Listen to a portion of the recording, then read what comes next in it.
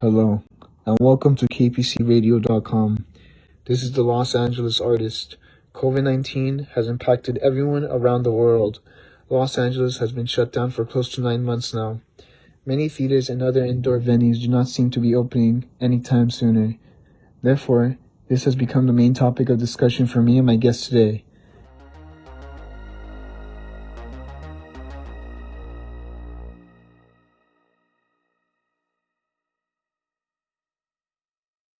Our guest today was working on a play called Waiting for James until it got canceled due to COVID-19. This was a great opportunity for him to receive because his dream is to become a director. While on the brink of an economic disaster, many are deciding to leave large cities like Los Angeles. Daniel will tell us how he as a director is committed to improving himself after this national crisis. I'm your host, Alberto Jaramillo. My guest today is Daniel Arzate. What is your dream career? I have no idea. Fucking, I guess directing, maybe. No, anything that would make me work on stage or like, mm, as long as I get to meet new people, either by the entertaining media, or I guess my main focus was theater, so I would always meet new people there, and that was the best click for me. So I would, I guess, be a director maybe. Who inspired you to direct? In high school, I guess I joined this tech crew thing, which was supposed to be a type of theater club. Not really. I wasn't an actor. I didn't want to be an actor. Instead, I would build sets for the actors and technical stagecraft type of thing. And the person that would direct those plays would usually be the drama the drama club teacher, or very rare occasions was this guy named Mr. Pine, and he honestly was the best teacher. I would say he was the best teacher. He got me hooked onto theater, and I saw how good he was as a director back when he did Rent, the musical, for our high school senior year, and it was a hell show, but he managed to do it, and I was so impressed. I was so amazed. Then when I got to college, I joined their theater department, and I saw this guy named Bob, who has been directing all the plays, and working close to him, I had to really work close to him because I was his audio assistant, and I got to see how he directed everything, and I thought, wow, I should try doing that.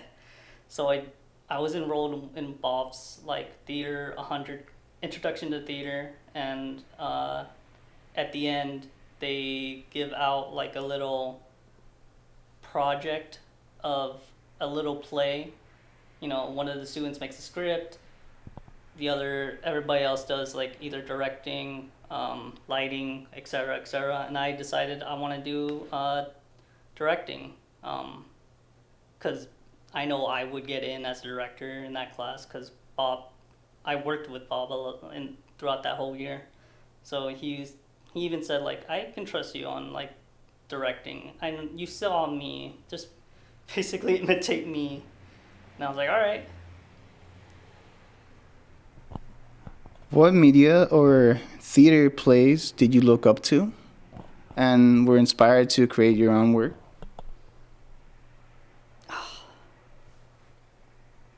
I don't know. Um, I've always thought of plays as like a weird. I didn't really like plays to begin with. I never liked them.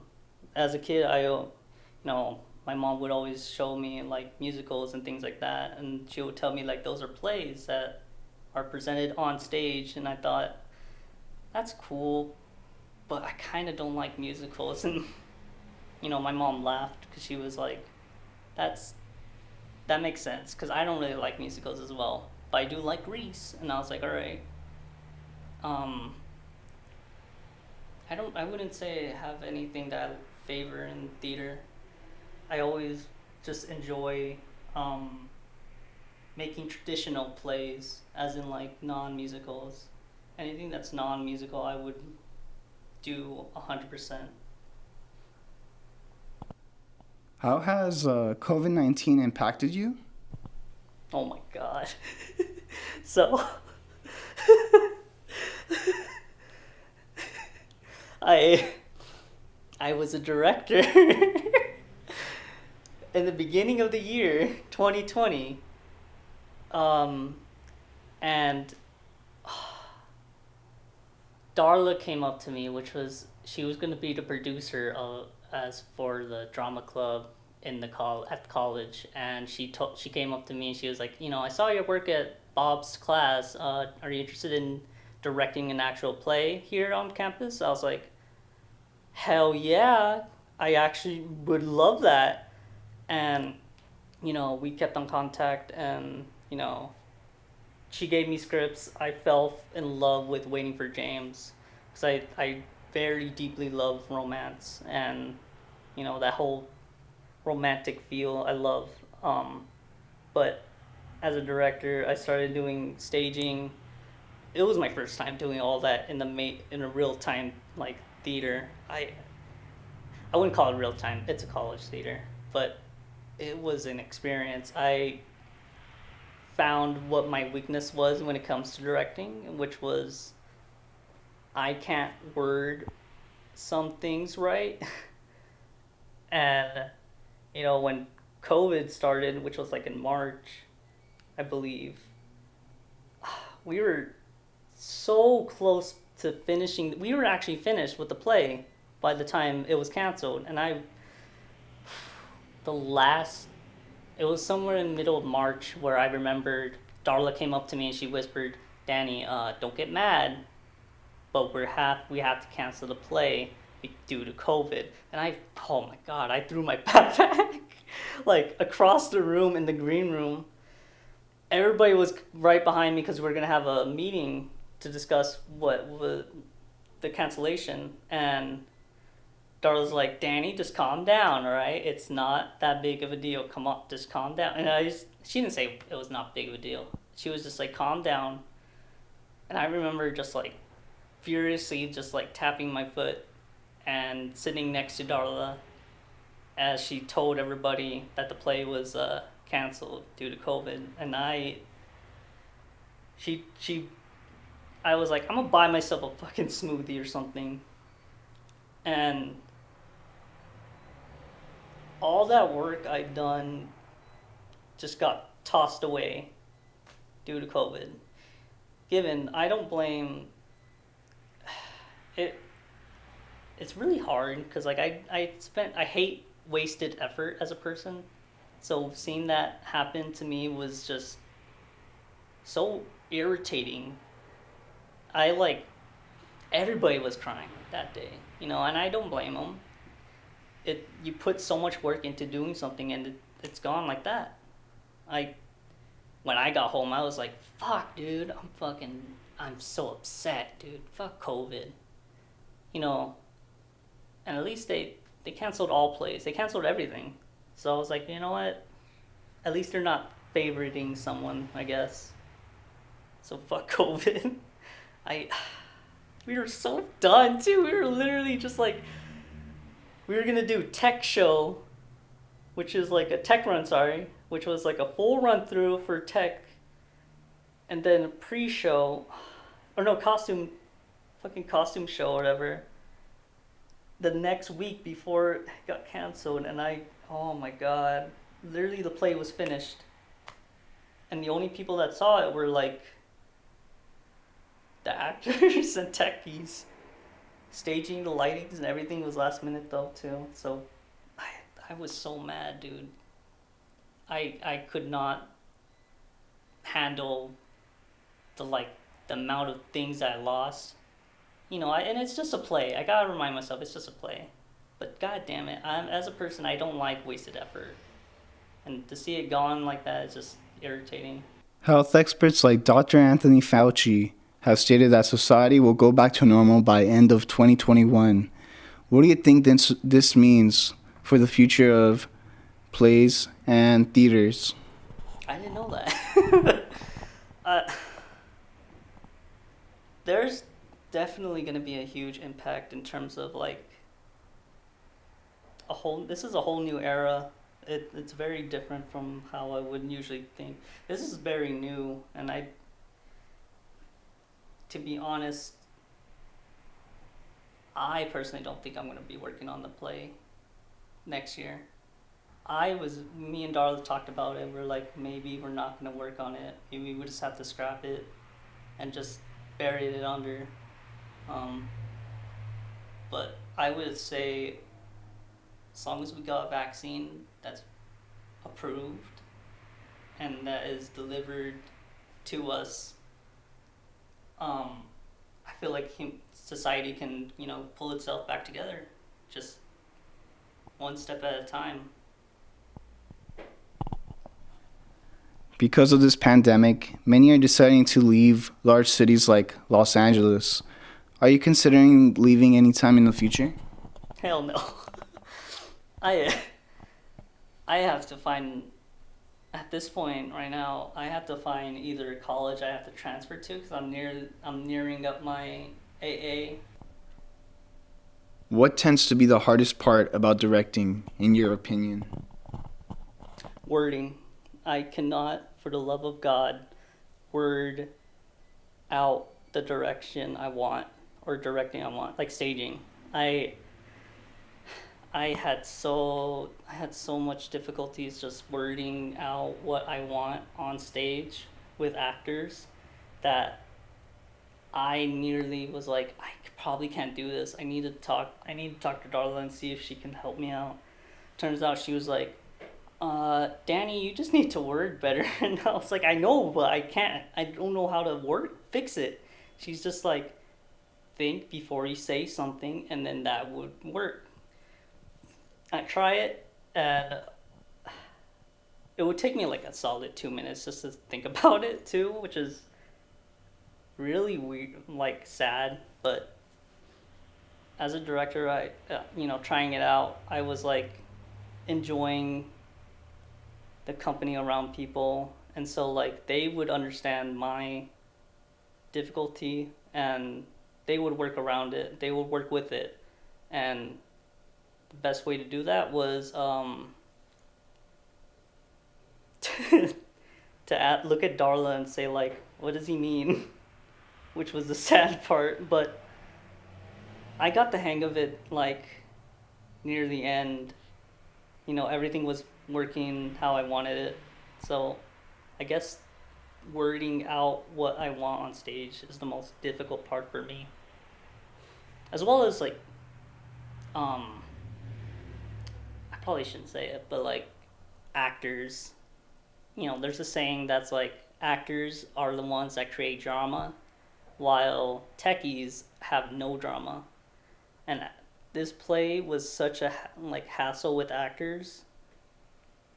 That one was the most difficult part, was working with an actor that was incompetent and he was very hard to work with, and he was the main lead, and working with him was just a hassle. I had to buckle down and have a tech meeting with Darla and our treasurer, OCL, and we discussed that we should kick him out and replace him with another actor, which was probably the hardest thing I would decide on, because I don't want to make enemies.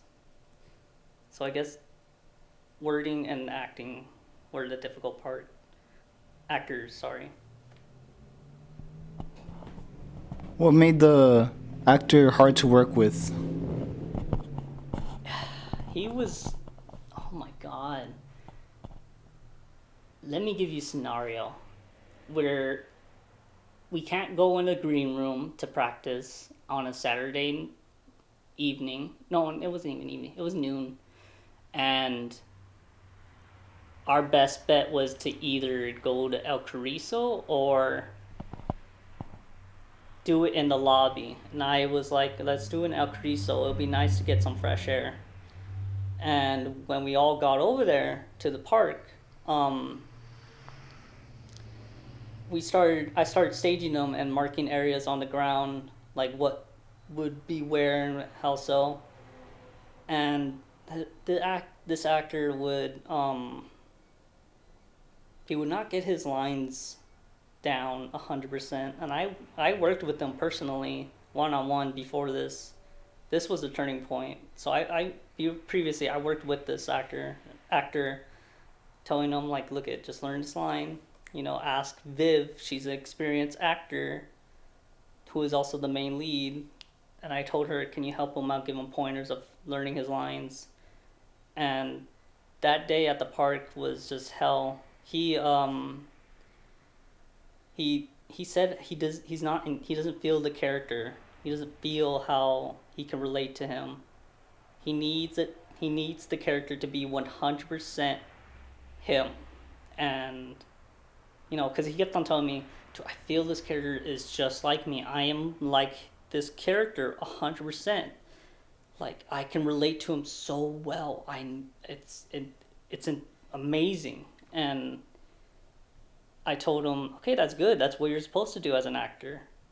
And he's telling me, okay, good. Can you make it so he's basically telling me, can you make it so that this character is literally him? And I told him, no, I can't do that. I pictured this character as a like, I guess you could say as a like desperate loner. Not desperate loner. He's kind of witty, and he just didn't like that. At that point, I was like, oh my god, okay, I needed to work with him dead on at that moment. Like, I told him, what do you need? What do you want to do in order to get this staging done today? He's like, I don't know. I just need to think, And I told him, okay, well, I can give you 5 minutes. That's all I can give you. After that, we have to go back to staging because we have a lot of work to do today. He says, okay. LCL walked away to Darla, who was working with other 2 actors far away. And when I went over there, LCL tells me, I think he's just making excuses, Danny. You need to just tell him to leave because it's not he's supposed to have his lines down 100% by now. And I was like, you're right. So I told him, all right, we're going to close down today's rehearsal and have an emergency meeting. And after that, we decided to kick him out. There's a lot of stuff that oh man, he was hard to work with.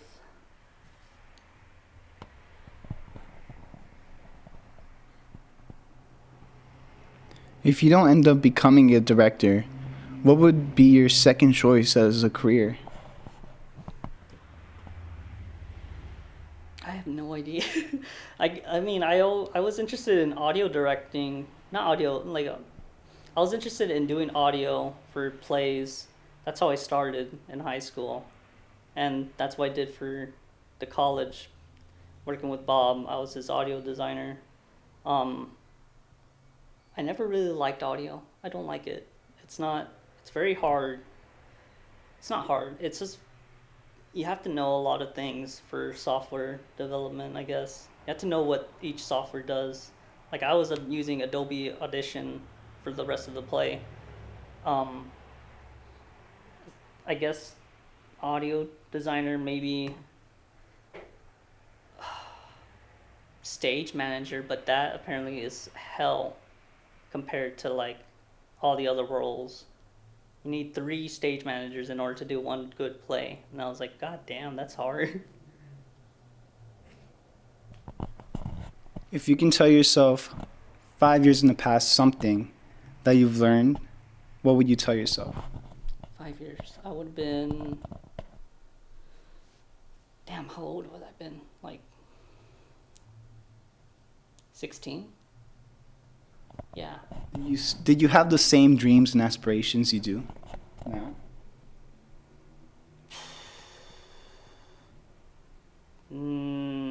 Yeah. When I first started high school, no, like my sophomore year, I took a prescribed I was prescribed antidepressants, and the first day of sophomore year, I was so fucking happy that I felt like I could do anything. So what I thought what I could do is like socialize with as many people as I can, and working in theater was the best option because I got to meet a lot of staff. I got to meet a lot of nice people. Like for one, my senior year, I for a football game, I gave this lady a she did the national anthem, and I was the one that made that possible with audio, and I felt so. She hugged me and she was like, "Thank you for making this possible. This is my first time doing it." She's in like a nice old lady, and I was like, "Wow, this is amazing. This is what I want to do." So, comparing myself from back then, I mean, I would say I am very much the same person I am today. Well, I would tell myself 5 years was, I guess, keep doing what you're doing. uh, don't make, like, don't take breaks on college because, goddamn, that starts, like, piling up on your classes that you need to do, and it's not good. 3 years I'm already in this college for AA. That's upsetting. So I guess I would just tell myself, don't do or take as many classes as you need. Like take advantage of it, even in summer, because that's the usual time I didn't take classes. But as in theater, I would tell them, you're going to go places, hopefully. Do you want schools to remain closed? um, in terms of like right now, or To remain closed because of coronavirus? oh hell yeah, of course. My little sister's in middle school right now. She had it's her first year in middle school, and she has to experience it through Zoom. And I was like, damn, that must suck. But it's better than going on campus, getting the chance to get it. Because let's be honest, a lot of middle school is the most toxic place to get like any disease, and I would say it's gonna be like this for another year. It's really shitty, but I would not recommend students to go on campus again. Hell no.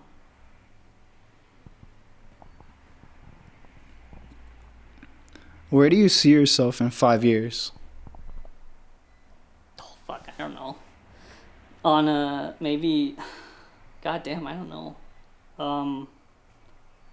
Hopefully I graduated from a university and is hooking up with as many connections as I can. I don't even. I'm gonna be honest. I only wanted to meet new people. That's all I wanted to do, and theater was the most unique one that I found more curious for my, future.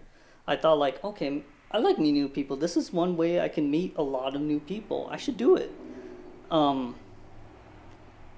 So either in, not even with working in theater, I would want to work in like a movie set, dude. That theater's hard, but making a movie is like much more easier. I would want to work in a movie set, maybe working with anybody, connections. I don't know. Hopefully, I would be working in a theater department or in a movie set.